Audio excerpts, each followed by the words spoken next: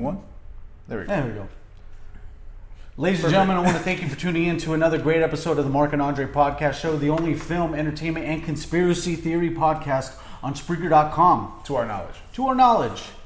We want to thank you for tuning in. We have a very entertaining show ahead of us. So much confidence. Yes, we do. Actually, yes, I do. We're going to be talking about George Lopez's Heckle face-off that he did at a recent show. We're also going to be talking about the key of communication through that actually helped evolve human history. All right. It's going to be we're like, okay, yeah. It's a show that's very chock full of information. That good shit. Andre, how you doing? I'm good, man. I'm numb. You know what I mean? I'm numb. There's so many things going on right now. You know, it's a busy year so far, man. It's so much incredible, unique madness taking place. But we're all growing, we're all developing, and I'm just chilling, man. How about you? For those that don't know, my co-host Andre Gaynor is the founder of Lyricology 101, hip-hop tutorial. Yeah, I do that. I'm Lyricology stuff is going on too. So expect a new breakdown this weekend. I know you guys have been waiting for it, so expect an imminent breakdown by Sunday. We're here live at the Orange Space in beautiful Redlands, California. So if you ever need a space to do groups, meetings, finish studying something, the Orange Space in Redlands, California is a place where it's at. Mm-hmm. Do daily, monthly, even have like a membership type of situation. Mm-hmm. Call them up for further details. Right now. Quick little Google search will help you with that. Well, I myself am doing very well, Andre. I had to get the funk out of watching The Space Between Us. I still had to get that out of my system, man, because that movie was awful. And it was a beautiful type of awful, though. It was like, you know, it was a disaster waiting to happen. We knew it was going to be that. I just enjoyed it. The thing was that I didn't want to watch another movie because I think I was going to be carrying that same type of funk into the next movie and just be like, man, this is going to be another movie that's going to piss me off. It's like a bad ex, right? You just can't stop thinking about it. I thought, because the Lego movie came out this week, I'm like, I think I'm going to check that out. Because the first one was actually like really fucking good. The first one was like one of the best films I saw that year. So I was like, I'm sure this one they're going to up the ante. But then I heard it's a wrap now. So it's officially a franchise. The Lego Batman movie? Or no, just the Lego franchise. So now the next one is Ninjago. Oh yeah, they're doing the Ninjago. It's already done. Like they already have it ready to go. So I'm like, yeah, check it. Like look it up, Google it. There's already another Lego movie after this one. They premiered it during the Batman. Dang. So whatever. Work with what works. Oh, I hear a faint echo in the distance. Soundboy, what's going on over there? Oh, I'm busy. Oh, sorry. Oh, he's doing his own. He's Facebooking himself. He's Facebooking himself. He was recording himself live, but had the audio playing to hear himself. Those sound guys always Googling their own accomplishments. Andre, let me get a good segue going in for this next segment here. I'm loving it. You yourself were a part of various comedy shows. You were employed through a comedy club, correct? Yes. So when a comedian has to deal with a heckler, do you believe that there's a certain amount of tolerance a comedian has to have for when he comes to a heckler, or do you think it's based on the dialogue the heckler presents to you? I mean, it's situational, honestly, but at the end of the day, as a skilled comedian, you should be able to handle a heckler with great ease. But I mentioned earlier when I was talking to him prior to the show, I told him that a heckler could destroy your show. Like, really could destroy your show. A lot of you guys that don't know this, I don't know why people don't know this, but comedians write out their stand-up routines. So if your stand-up routine is written a certain kind of way, sometimes they write it with their pauses and their jokes kind of lined up already. If a heckler comes into the mix, you broke their script. And they might actually forget their entire script because of that one heckler. Or they might get diverted so hard that they have to finish the rest of their stand-up segment dissing or getting the energy back from that heckler. Once a heckler does anything, they stand up and start talking shit, or if they shout something at you, it's your job to keep the attention on yourself. So if that heckler comes up and says anything, they steal the energy from your show and your momentum. So if you're not savvy enough as a comedian to get your energy back, then you're fucked. Your whole show is a wrap. And I mean, in many cases, I've seen top like television celebrities Killer comedians. I've seen their shows completely fall apart, but I've also seen them recover and make the show 3 times better just because they were so skilled.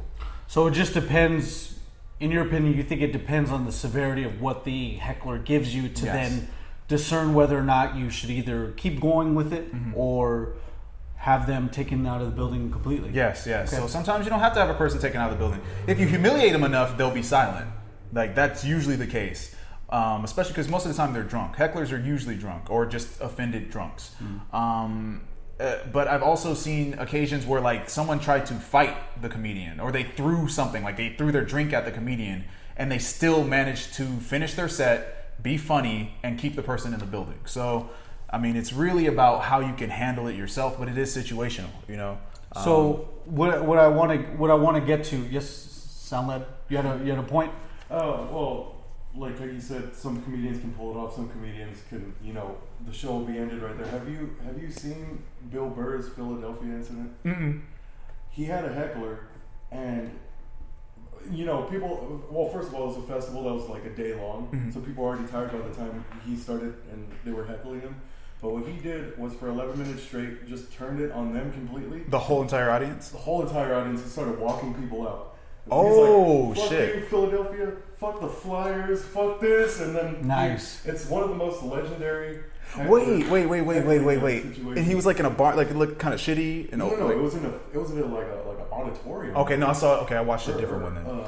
Festival that was outside. Okay. But like you said, some who are skilled enough can recover, flip that momentum, but man. Some who just like Bill Burr doesn't give a fuck. He goes down in history as a guy who walked out people out of a festival just for sitting on him for 11 minutes straight. But see, in your scenario that you shared, the reason why that's like cool is because he's already an established act. Yes.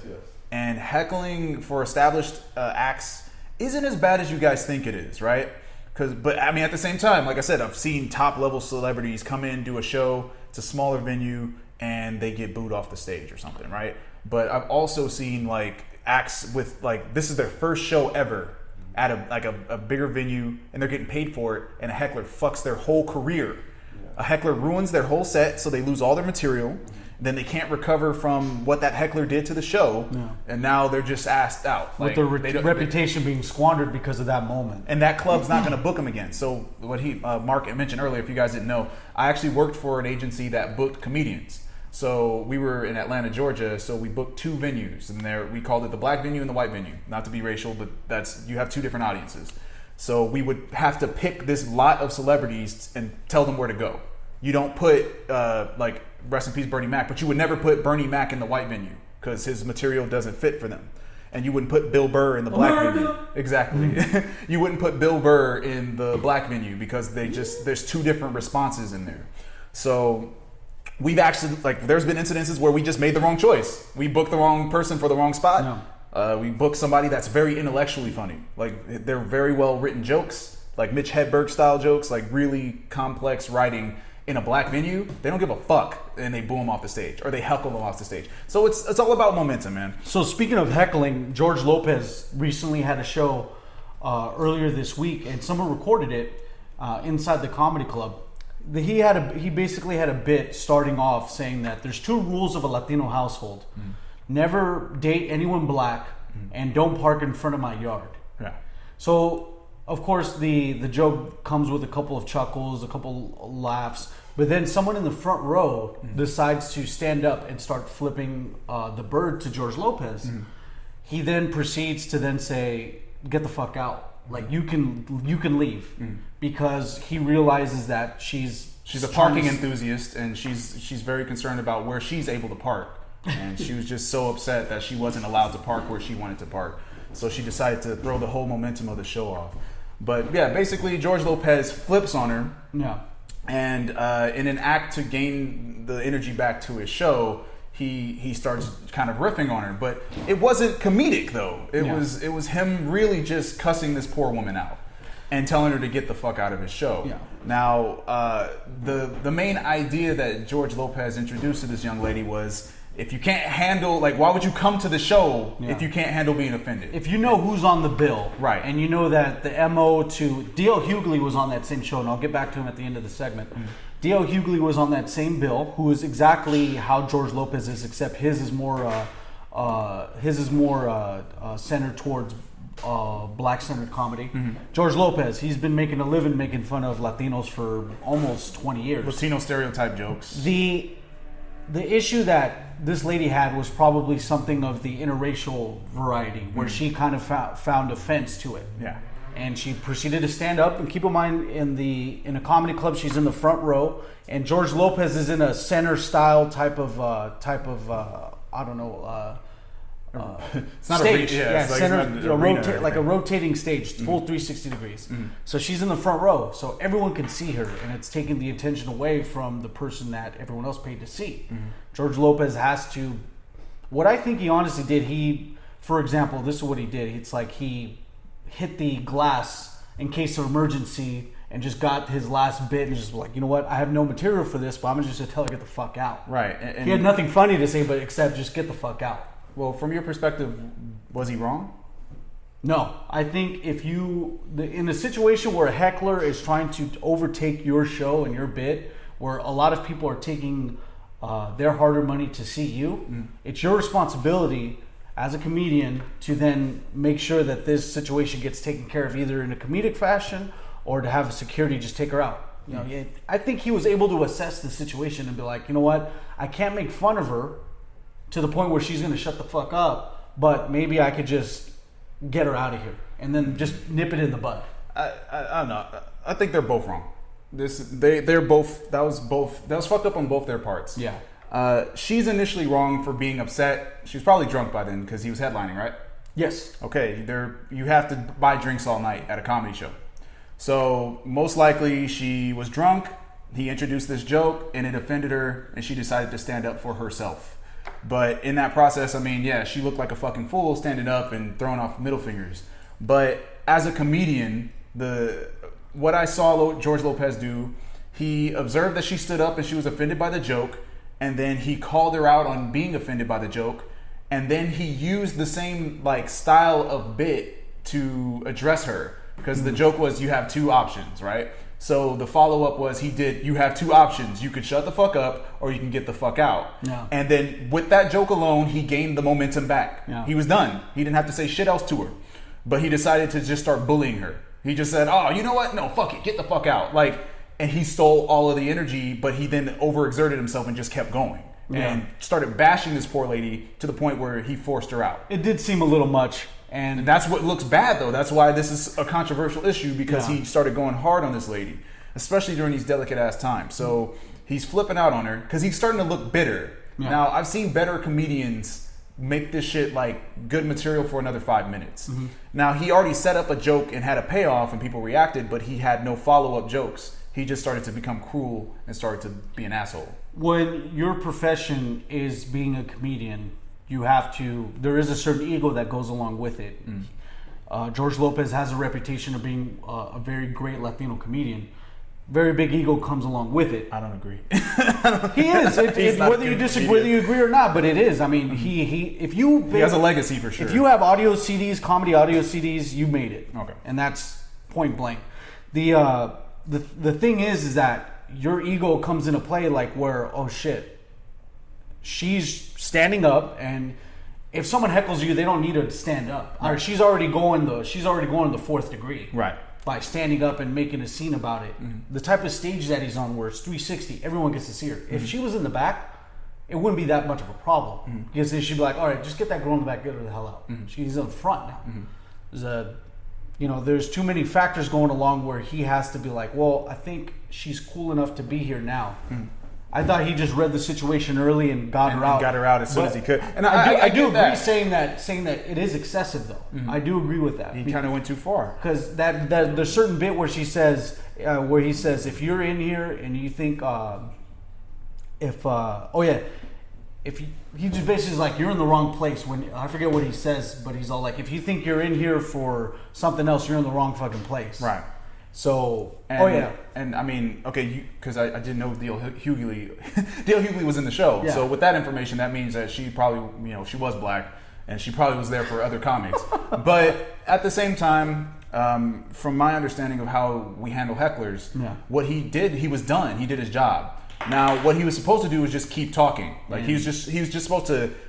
He got his momentum back after that 2 options joke, and then he could have just started a new bit, continued from there, and she would have eventually sat down because he's already embarrassed her. And he was beating a dead horse. Yeah. So, but he fucked it. He just put all that momentum towards her, and what that also does is when you take all that momentum you just got back, you flipped it in a way to where now everyone in the building hates you.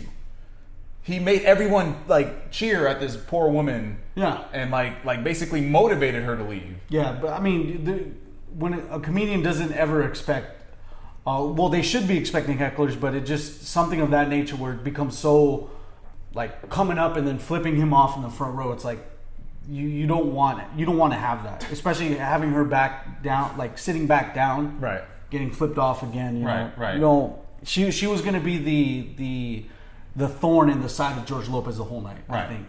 Now, with all that in mind, I see kind of where you're going to go, like the direction you're going with it all. It's basically, at the end of the day, we're in a super PC era, and for someone to be offended on that level to cause so much controversy, is stand-up comedy about to take a big hit eventually? Are we about to get so PC that stand-up comedians can't be what they are? Yeah. And George Lopez is known to be offensive. That's his material. That's his style. My issue, Andre, with this is that, are we going to be so politically correct? Are we going to have a situation where we can't even express comedians won't be able to express racially charged jokes inside comedy clubs because we want to be sensitive to everyone in the audience? Like I kind of feel like that's the direction we're going to be going. Doubt it.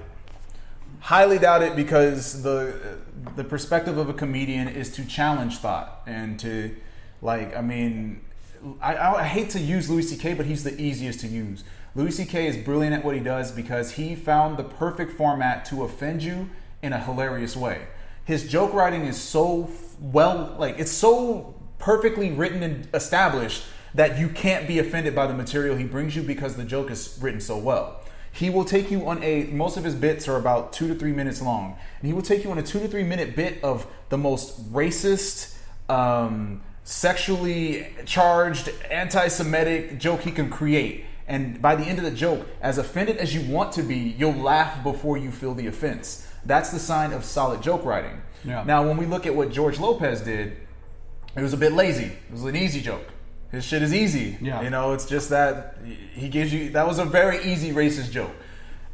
So there's room for you to be offended before you find it funny. Maybe this person didn't think it was funny at all, whatever. But my point is, if you are a solid comedian and you are a solid writer, or if you have a solid team of writers to help you with your stand-up, then your material should be so good you shouldn't feel offense. You might be offended, but you will laugh before you get offended. Dave Chappelle pulled it off. Louis C.K. pulls it off. Daniel Tosh is slept on. Daniel Tosh is actually a phenomenal offense writer. He actually takes care of hecklers really well. Oh, too. he annihilates hecklers. It's not even fair to how he treats hecklers. So if you're a skilled comedian, then if you're getting heckled because your joke was that offensive, all right, whatever, then you should have the skill to just correct that.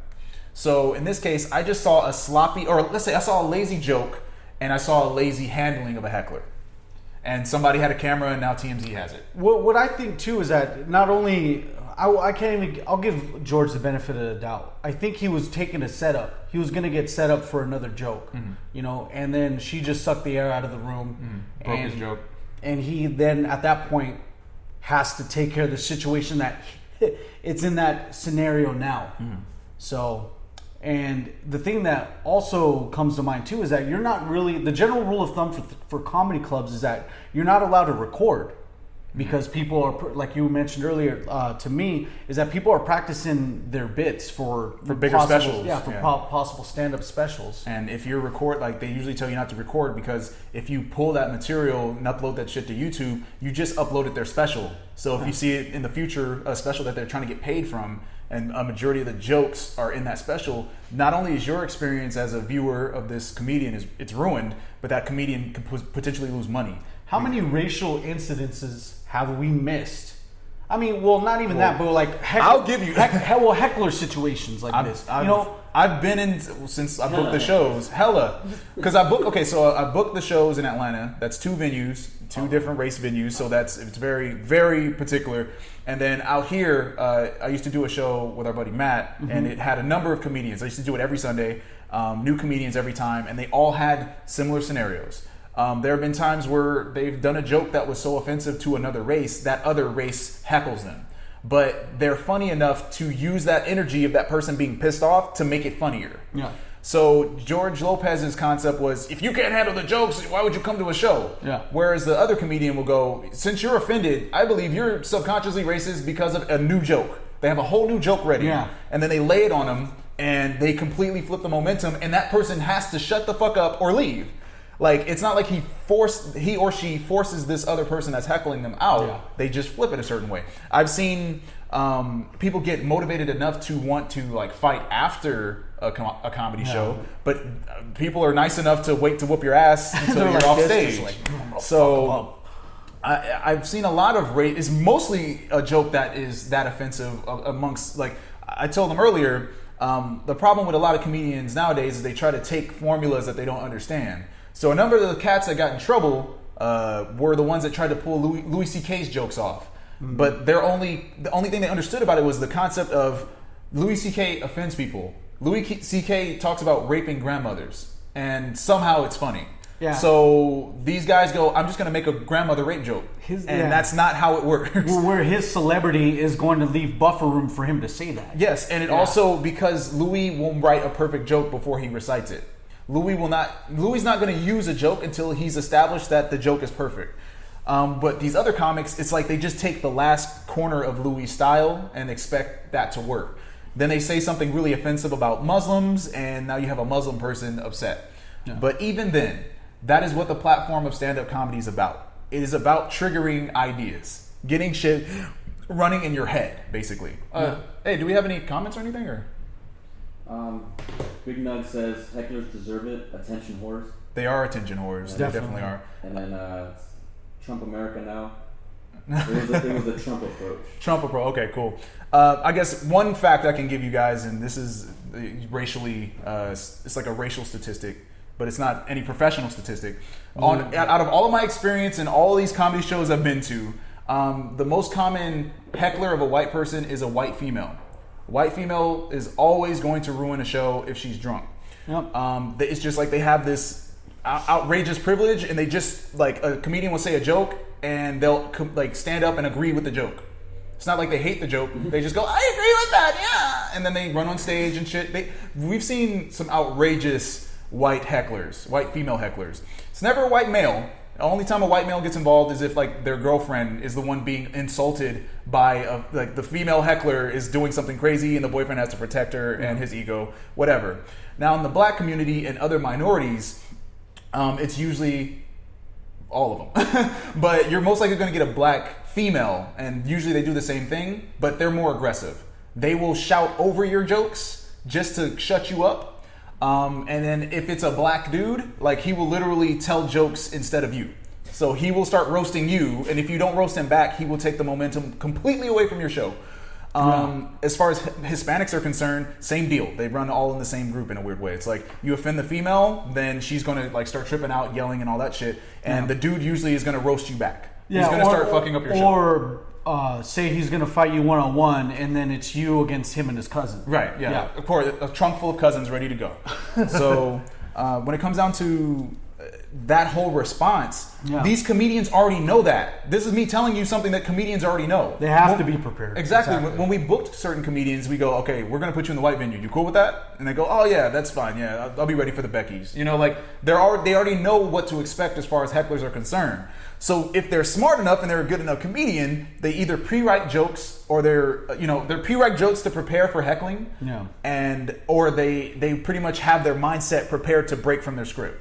Easy. But George Lopez disappointed me hugely. I've seen far better comedians handle hecklers a lot better. But do you think the platform for stand-up is about to be affected because people are tripping out? If there's going to be more instances where people decide to sneak cameras into comedy clubs, which doesn't happen that often, they're really good about that. if that happens a lot more, then I think it's gonna divert some comedians' written material a little more to the sensitive side. I doubt it. I doubt it. I just worry about comedy at its source, because it's like this is taking comedy at its core. This is taking comedy and it's making it not cool for you to say racist jokes. Yeah, that's what fucking comedy is generally. Right. What do you think? Fuck Andrew Dice Clay. He's been making a living making fun of Italians and blacks. Well, of course, and those comedians with that platform and them being known for what that is, they go harder. The more you all get offended, that makes them excited. Like, oh hell yeah! Now I got a new way to get to you guys. Daniel Tosh's last special was incredible because he was like, all right, I'm gonna find a way to make you guys laugh at this really fucked up rape decapitation joke, and it was hilarious because he thought it out. He wrote it well, and he timed all of his punches perfectly to where you responded in a certain kind of way. There we go. That is the sign of a dope fucking comedian. But a lot of you people think they're just on stage freestyling the whole show. That's not the case, man. They're ready for most scenarios. But in this case, I don't know. I don't see any comedian slowing down. I know for a fact that Louis C.K. Specifically was like, yeah, you get offended, I'm going to write worse jokes. I've seen Sarah Silverman. They called out Sarah Silverman for her offensive material. She went even harder. It's like they triple or double like their offensiveness because they like for you to be upset. Yeah. That's the whole point. I mean, when they're on their platform, they can say whatever the fuck they want to do. That's why you see certain people say the most outrageous things. The problem is you guys get offended immediately. It's like you guys get offended immediately and have a platform to express your disdain immediately. But in this case, I don't think it's going to slow down comedians at all. I've been at shows, especially the Matt shows, where it's like they realize they said a bunch of offensive shit for like the past 4 or 5 jokes, and now people aren't even laughing because they're that offended, and they say even worse things.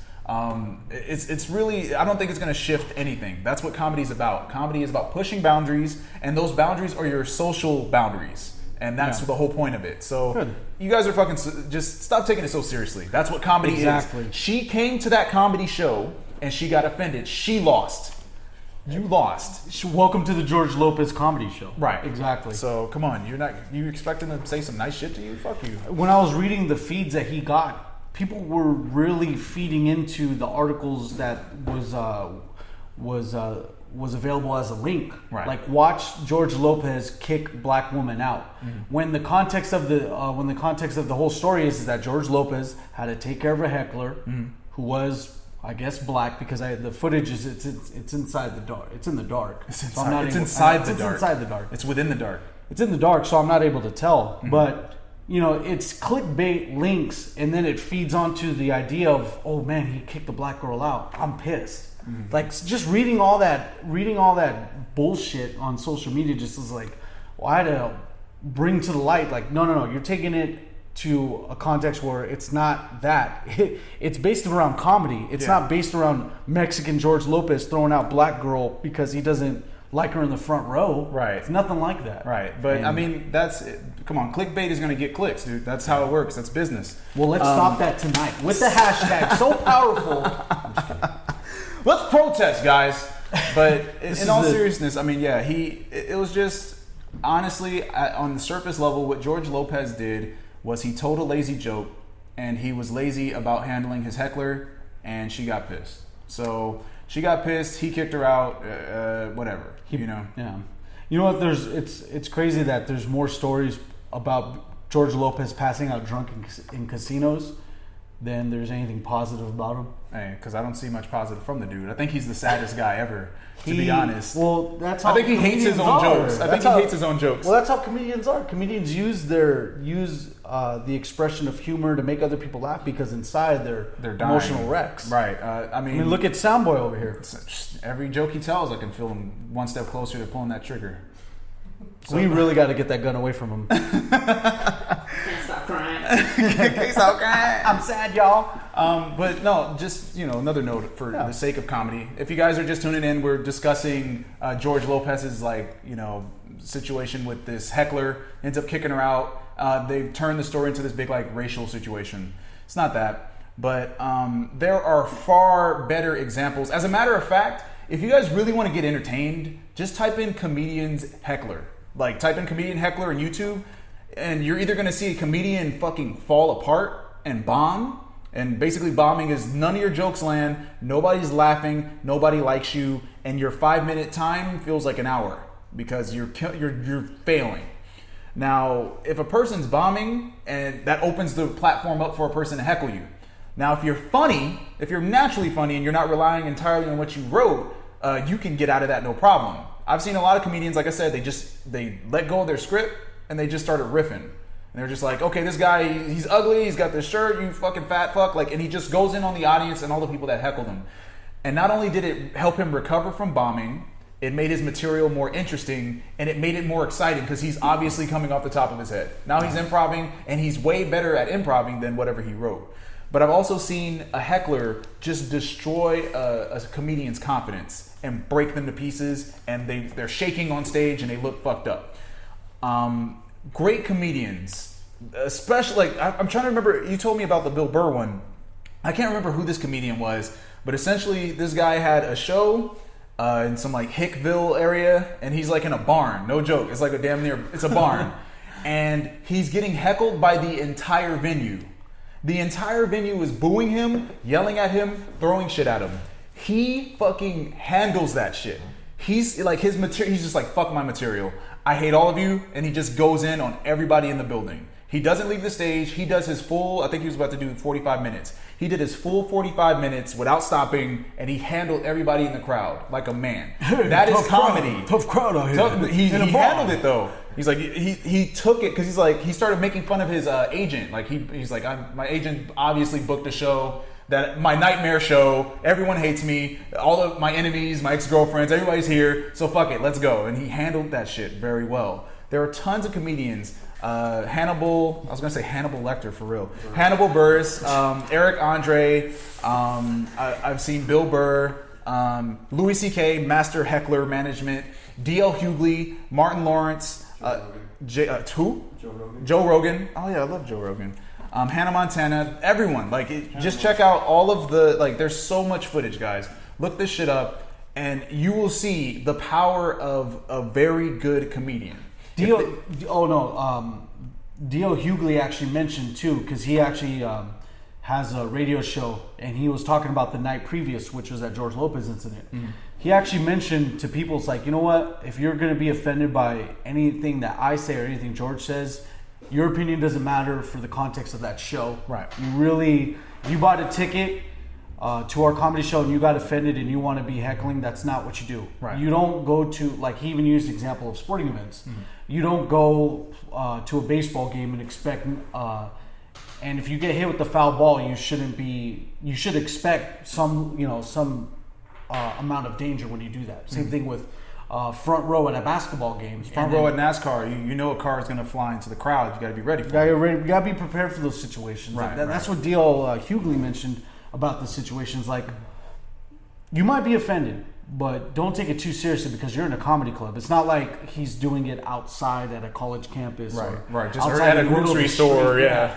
But I mean, this is the context of it. You're in a comedy club, you're going to be offended. And that's you being a heckler for some comedians is the response they want. Mm. They like the laughter, but they like to challenge you. So, we have any... Soundboy, do you have any comments? Sound lad, sorry. Just people talking shit? Same old. Bunch of nonsense? Not worth it. Not worth it. Oh, okay, cool. Typical... they're all talking about Friday night at 9. They're talking about the A-team. Big Nug says, trolls are as bullshit as a heckler. Mm-hmm. Only trolls stay in their grandma's basements. Fuck. Trolls are like the virtual heckler. Oh, Big Nugs is defending us on that comment thread. Cool. I see. Thank you, Big Nugs. Yeah, trolls are just the virtual heckler. There's a guy over here saying, how come you don't interact with your viewers? But he's not saying anything. He's not saying anything. So. Okay. And then Nug said they only select worthy comments. Only the ones that you have to be chosen to be they want us to responsive. have like VR and us to like go deep into the screen? to grab the comments by hand and look them down? Like, come on. Well, like Joe Rogan, he has a bunch of videos online where he's shutting down hecklers. Mm-hmm. And on one of his podcasts, he put it in my mind, like set in stone. He said, whenever you decide to talk to a man with a microphone and you don't have a microphone, that's your first mistake. That is your first Never mistake. talk to someone who everyone can hear when no one can hear you. Well, Yeah. here's the funny thing, right? So stand-up comedy in itself, and I'm sure you want to transition at one point. Well, he is transitioning. Yeah, I'm sorry. Just last idea for you guys. In the world of stand-up comedy, this is the strange platform. This is the only platform where you are allowed to stand on a stage and speak your opinion you really can speak your opinion in a very creative way. That's what it is. And it's the only platform for some reason that people just decide, I want to have my voice be heard as well. They just decide out of nowhere, I want to talk too. Even though you are obviously the individual on stage, you are in the position where everyone's focused on you, and somebody feels like, I want the right to be like this person right now. So it's such a weird, comedy's just a really weird, especially stand-up comedy. It's just a very weird profession. And when you're heckling too, I mean, you really go out of your way to make sure, I want to make sure this comedian hears what I have to say, and it's against his joke. Right. Total crap. Like It's you're just weird. You're pissing against the wind. Right. You know? Not going to win that fight. Trust me. I've tried. Love pissing against the wind. The Love it. So, oh man, you know what? I didn't even want to. I was so, like I mentioned to you earlier, with the space between us, the movie that we reviewed last week. We were so done with movie theaters and movie watching that we didn't even want to do a movie review this week, and I was out of it. Yeah. I was completely just, you know what? I'm not going to do a movie this week because No we've been movies. striking out for a couple of. Luckily with Split we didn't, but Split Silent was hard to get through. That was hard to get through. And the Split space was dope. between us is just like, if we had papers while we were doing it, we might as well have thrown them out. But like, you know what? This blows. But there's good, shitty movies. There are good shitty movies. There's good crap movies that you could watch and be entertained because it's not going to be, the Academy's not calling for this movie, but you like watching it because it's funny. Yeah, I mean, there are number of masterpieces out there. Troll 2. Damn it, what is it? Cool The as Room. Ice. The Oh. Room. Cool as Ice. Cool as Ice is Cool as hilarious. Ice. Kung Pao. Kung Pao. Kung Pao is wonderful. Bruno's fucking Bruno's not a hilarious. bad movie. That's actually a very good comedy, Martin though. Rodriguez says Joanna Man. Joanna Man, yes. Joanna Man. Joanna Man, because it's an unbelievable concept. Like, this is not working. It's an unbelievable concept that's going on in the NBA right now. Oh, shit. That they haven't been aware of. They haven't been aware. They just don't know. You're just ignoring it. Birdemic. If there's any movie you guys need to see, it's Birdemic. Birdemic. Birdemic is the greatest awful movie I've ever seen. You have to see it. It's fucking There are a hilarious. number. There's a show. There's a YouTube channel called Red Letter Media, and they have a show where they find all of the worst movies they can, and then they just watch them back to back. And there are some gems that you can find there. Trust and believe. Black Ninja. Black Ninja's an amazing awful film. There's tons. I wish I had them on. We got to do a whole episode that's basically talking about shitty perfect movies. Cool as Ice for some. We watch this shit like yearly for some reason. Cool as Ice is Vanilla Ice's film. Yeah, Vanilla Ice's debut film. When Somebody decided that Vanilla Ice when deserved a Universal movie. decided, you know what's a good idea? We got to hop on this guy's fame right now before the iron's not hot anymore. So let's make him Cool as Ice for now. Cool as Ice, and let's use the director who would eventually be the director of the first Inspector Gadget film. Yeah. It's a nightmare that's beautiful. It's the most amazing tragedy you could ever watch. Your best bet though, without a doubt, is any type of foreign directed film made for America. There's this one, I can't remember the name of the film, but basically this guy, he was in Russia and he decided, I want to make an American action film. And he just takes all the tropes from American action films, but has no understanding of storytelling. And he doesn't speak English, so none of the people that speak English speak proper English. So everything's in broken English. The villain, you know how the typical trope is, I'm such a badass villain that I shoot my own people. Like, he does it so many times, like there's like 3 guys left. And it's like a very serious situation. And the guy goes, I'm scared, where is he? And he goes, and kills him, like, because he saw it in an action film and thought that's what the bad guy is supposed to do. So imagine a foreigner that doesn't understand the context of what he sees in film, and he just applies it. So he doesn't know how one-liners work. So everything that the main character says is a one-liner. Like he does a different one-liner every single time. I'll find the movie and I'll bring it to you. I'm sorry, it's an art. It's because there's a level. It's like there's really bad movies and then there's bad movies so good that you gotta watch them. Like Lady in the Water is an awful movie, but it's not a gold awful movie, you know? Yeah. There's this thin line. There's some beauty to Lady in the Water. Oh, but There's still, a little bit. it's not like there are It's not bad all movies that trash. have you in tears. Like, is there any bad movie you can think of right off the bat that you just like? If you watch it, you're gonna be crying. Lady in the Water is like a nice, perfectly wrapped Big Mac on top of a pile of trash. You can still get it, But no one's gonna. but you know what's under? There's a bunch of trash. under it. Exactly, So exactly. you run that risk. Do you have any masterpiece? It's hard to make a terrible movie on purpose and it being good. Exactly, and you can tell like that's like he said Kung Pao, and I'm like Kung Pao Was kind of meant. it's meant to be that bad, but I guess what we could fit in that category is bad dubs, like like a bunch of martial arts films with Let 'em shitty buy dubs. They're perfect because they just I don't know what Americans grab this footage. They just try to fit any words into what they're saying. You know, remember, like, Yeah. I didn't know you were in there with my sister. Enjoy yeah. yourself. Enjoy yourself. Bad dubs, yes. It's this guy just raped this dude's sister. He just comes to the door. I didn't know you were in there with my sister. Enjoy yourself. Enjoy. Tells him.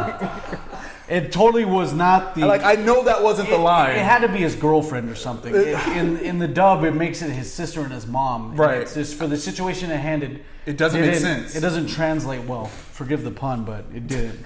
So I just wanted to break the ice with that one. Oh yeah, definitely. On you got look out for those bad films. really quick, I haven't got your opinion on this before we go into our next lengthy segment.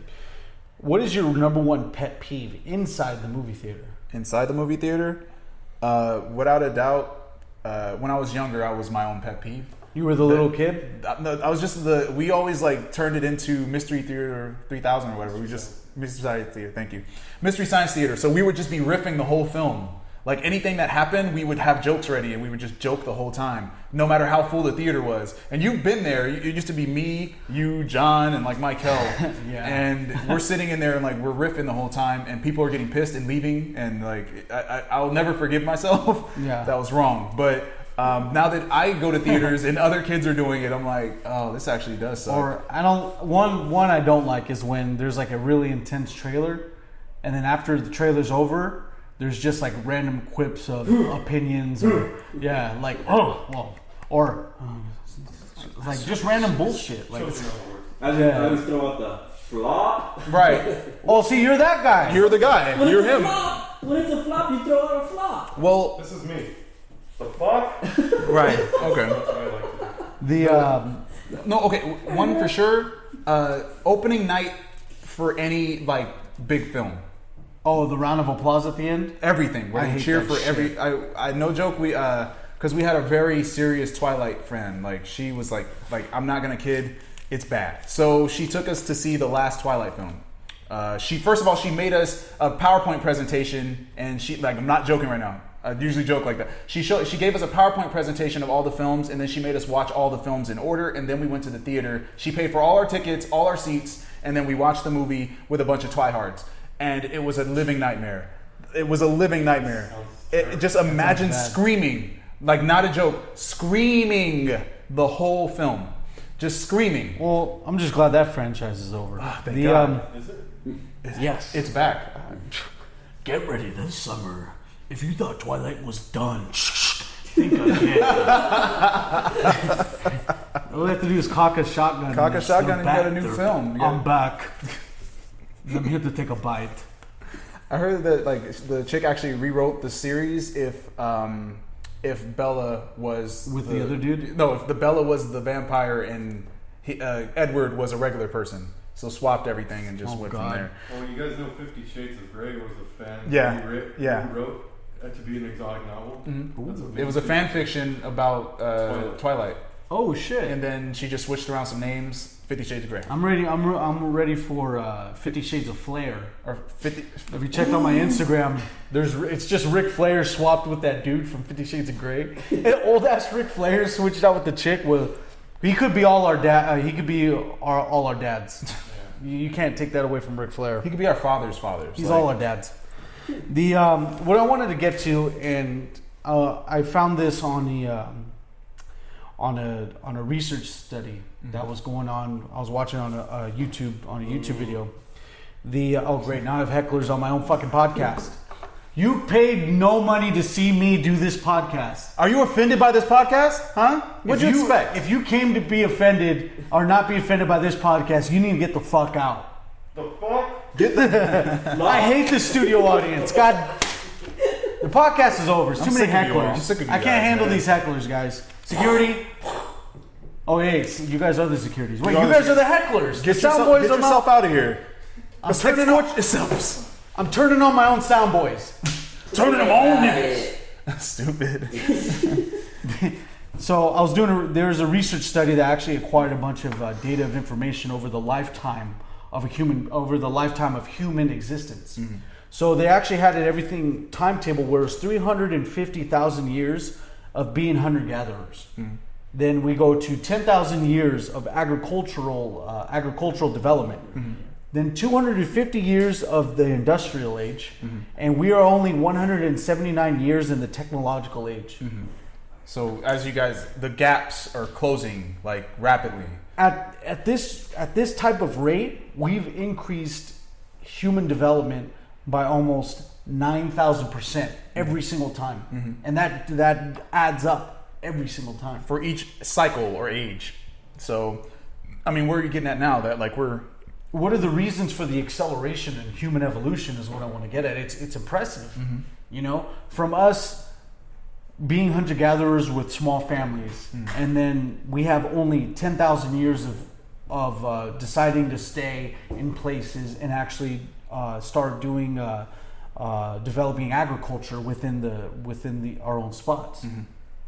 And then we even go to 250 years of actually making things for other places, you know what I mean? And then only 179 years of actual technology. And it's been it feels like a lifetime and then some with the technological age. Right, but I mean at this rate, because we're in the information age, right? Or we are still considered... I'm sorry, there's a slash. Portion of... Yeah, technological / information age. Okay. And I would say that the one benefit that helps accelerate these ages is communication. Mm-hmm.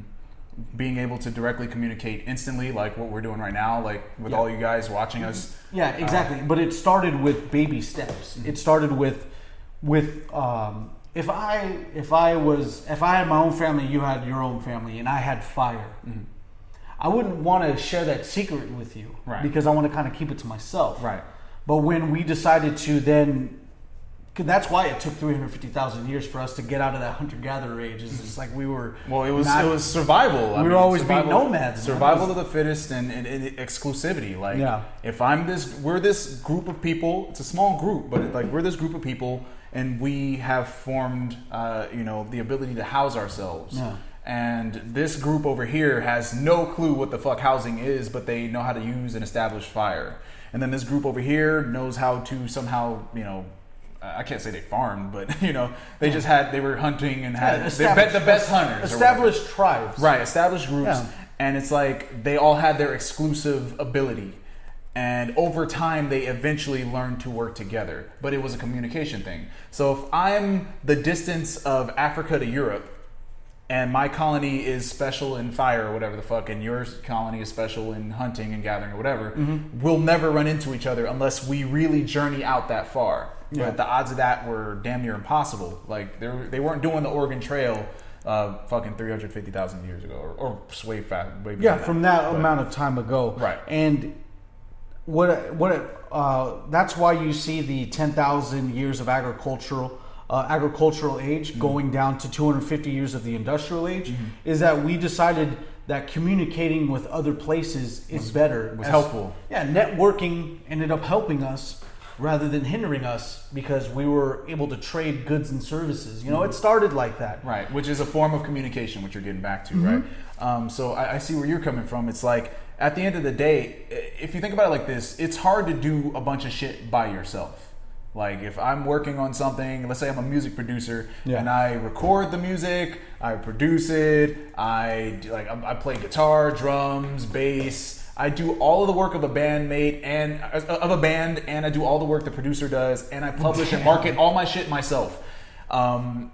that's fucking stressful. But if I have a team of people, it makes and we have a circuit of communication going, then it makes my work easier, and we all get to benefit from that experience, right? Exactly. So that's basically a metaphor for the whole experience of humankind. Like, okay, we can't do all this shit by ourselves, so if we join this other tribe, then maybe things will be a little bit easier for us. We can hunt more food much easier, et cetera, et cetera. Yeah. And then we expand from there. We get closer and closer to developing together. That's how you can make something like a fucking building. You can't do it by yourself. You would need a whole team, especially do it in an amount of time that you want to get it done reasonably. Within your lifetime anyway. Right. The Sound Labs, before we keep going into this, do we have any comments? Is anyone chosen? That are comment worthy?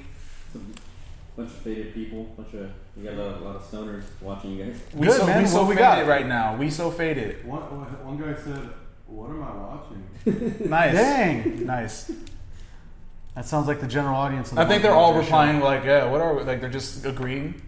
Nothing worthy? And then one guy literally says, "I'm faded." Oh, cool. That's tight. Well, I'm so glad you're faded, man. I hope you're doing well. Don't drive. What makes a human create a pyramid scheme? What makes a human create a pyramid Greed? scheme? Greed. Yeah, that's The peak of that that's a pyramid good question is greed though. itself. Whoever what's his tag name? It's like Donkey Puncher 55. Stoner Something crazy. Stoner 420 somewhere. Stoner 420 somewhere. Stoning in Seattle.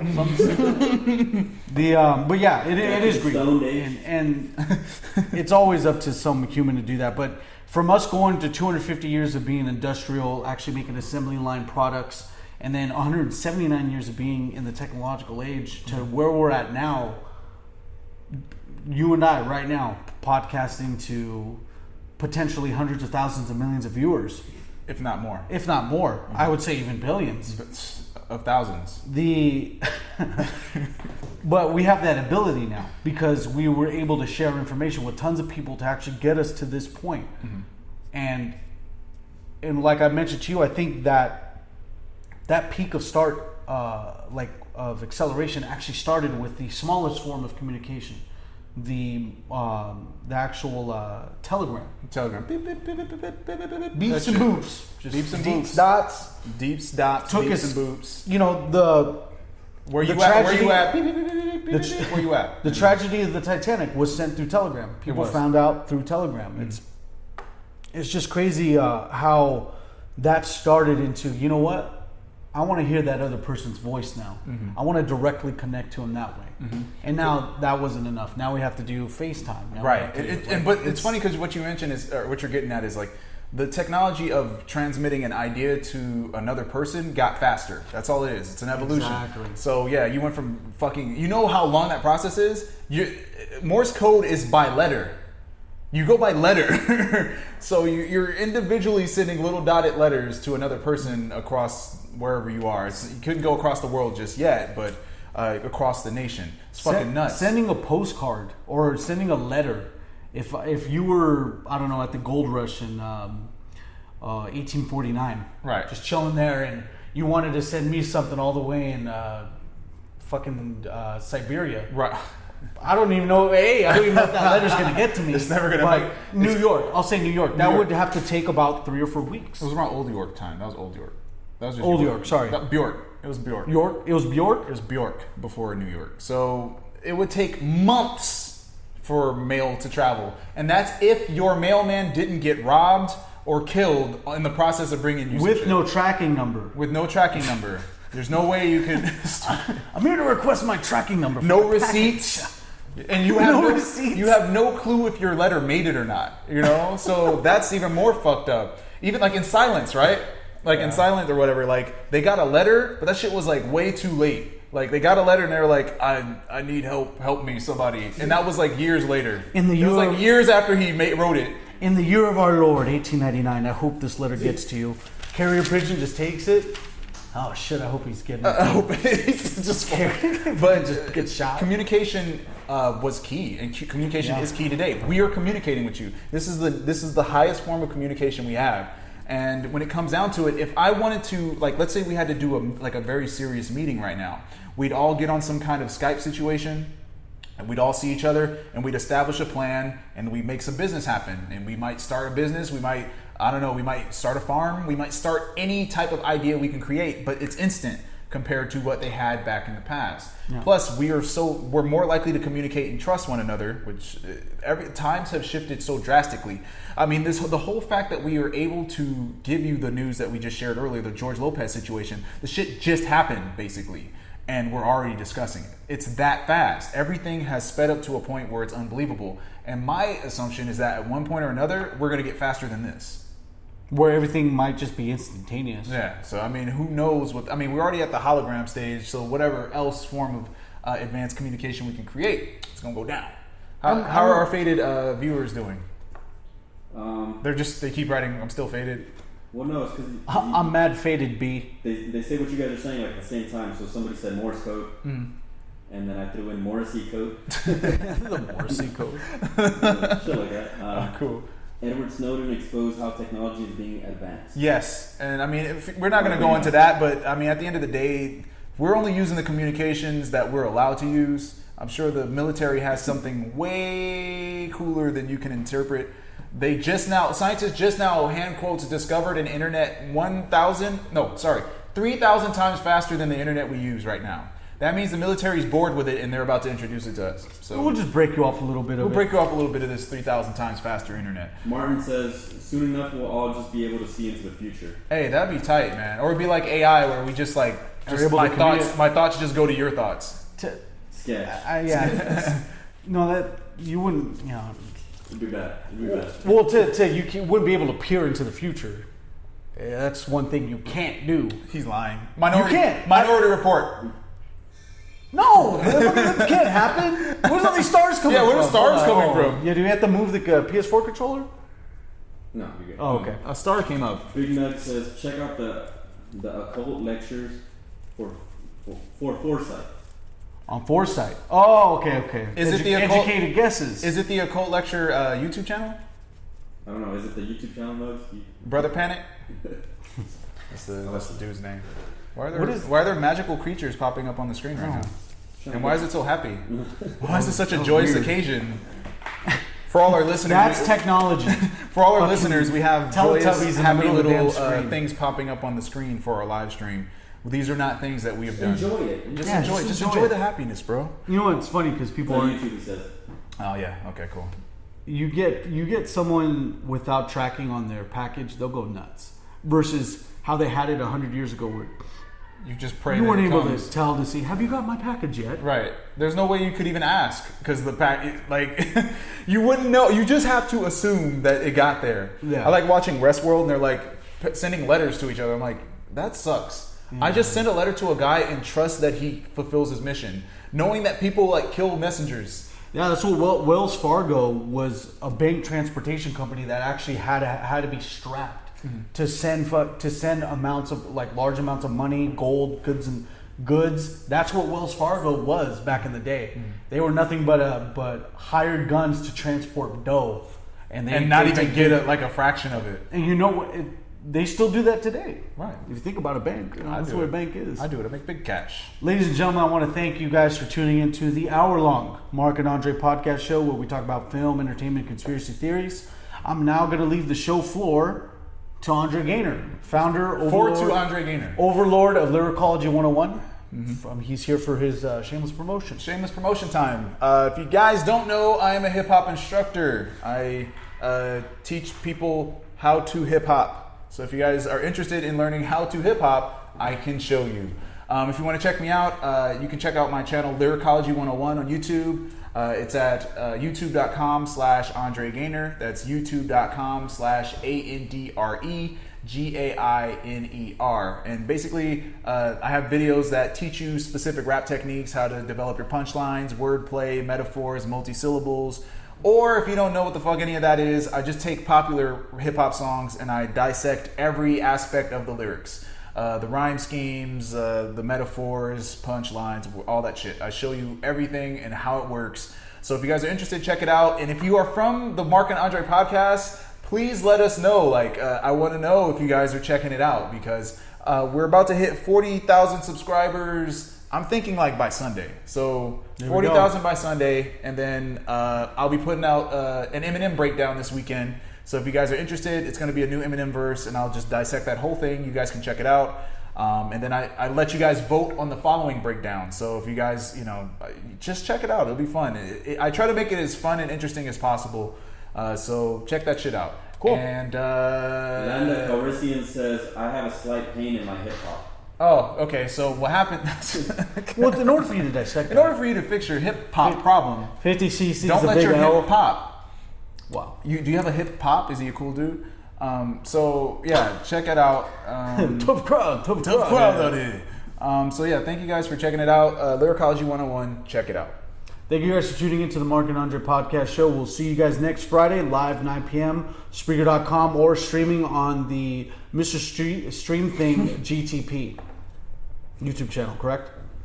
Sure. What is it then? Jesus Christ on the cross. What is it?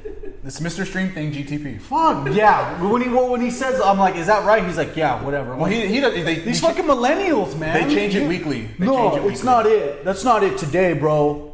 But fucking millennials, man. And great.